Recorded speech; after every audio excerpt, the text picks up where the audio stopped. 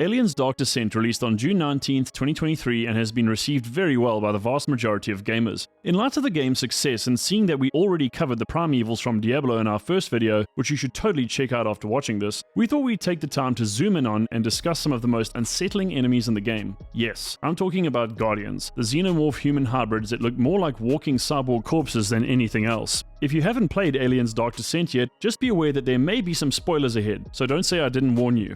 So what's the deal with these guys? In essence, Guardians are the members of a cult known as the Darwin Era, which is headed up by Dr. Joseph Marlowe, a renowned xenobiologist who formerly worked for the Weyland-Yutani Corporation. In order to better understand Guardians, it is necessary to first gain an understanding of Marlowe's history. During his time as a researcher working for the company on Lethe, Marlowe made two incredible discoveries. The first of these was the ruins of a city built by precursors, otherwise known as engineers if I'm not mistaken, that was located beneath Alduvar, the planet's primary chimonite refinery. The second was the psychic abilities of Sergeant Joseph Harper and his daughter Cassandra, who are somehow uniquely attuned to the Xenomorphs. Marlowe soon became obsessed with the Xenomorphs and subsequently elected to resign from Weyland-Yutani. He then proceeded to kidnap Cassandra, taking her into the ruins beneath Alduvar in order to continue with his experiments unimpeded. It is believed that Dr. Marlowe was slowly driven insane by the psychic emanations originating from both the Xenomorphs and Cassandra, and it is also believed that he created the Darwin Era cult leading up to or shortly after kidnapping Cassandra and taking her into the ruins. If you somehow hadn't guessed yet, the Darwin Era are devoted to the Xenomorphs and believe them to be the next step in human evolution. This echoes the sentiments expressed by David in Alien Covenant, as well as Ash in the original Alien, who called the Xenomorphs a perfect organism and said that he admires their purity.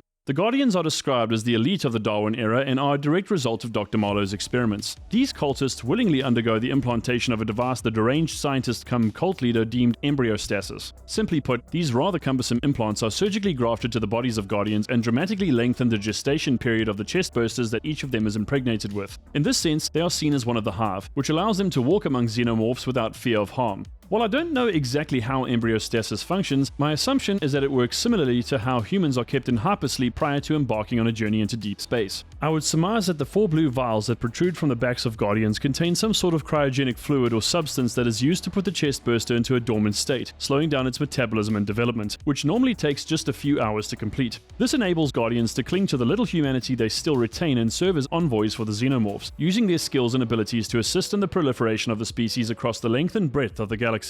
I'm also unsure as to why Guardians don what seems to be a mask or rebreather. It may simply be to add to their already ghoulish appearance, or it could play a more practical role in allowing them to survive in different environments or keeping the embryo alive but dormant. I think it would be generous to call them living, as they are without a doubt walking corpses, because unless the chest burster is surgically removed, they are as good as dead once it emerges. Their appearance may also be as a direct result of the alien DNA contained within them having an indelible effect on their physiology. In some ways, this is a more extreme version of Ripley's appearance in Alien 3. So their design may even be a nod towards this movie's contribution to the Aliens franchise as a whole.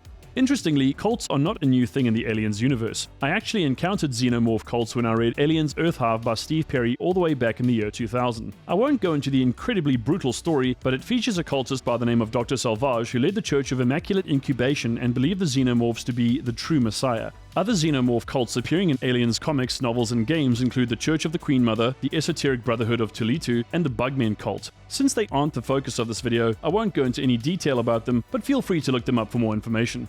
The general attitude of Guardians, or at least the one encountered and interacted with in person in Aliens Dark Descent, seems to be one of subdued reverence and admiration for Cassandra Harper, who they refer to as the Voice. It would appear the Darwin Era deify her as she acts as a bridge between them and the Xenomorphs, and is thus seen as a diviner as a result of her heightened psychic abilities. It's also evident that Guardians are fully aware of their fate and embrace it without fear or hesitation. I would also say that if Dr. Marlowe was driven insane by the psychic emanations from the Xenomorphs and Cassandra, then any and all cultists exposed to the same stimulus would almost certainly suffer similar effects.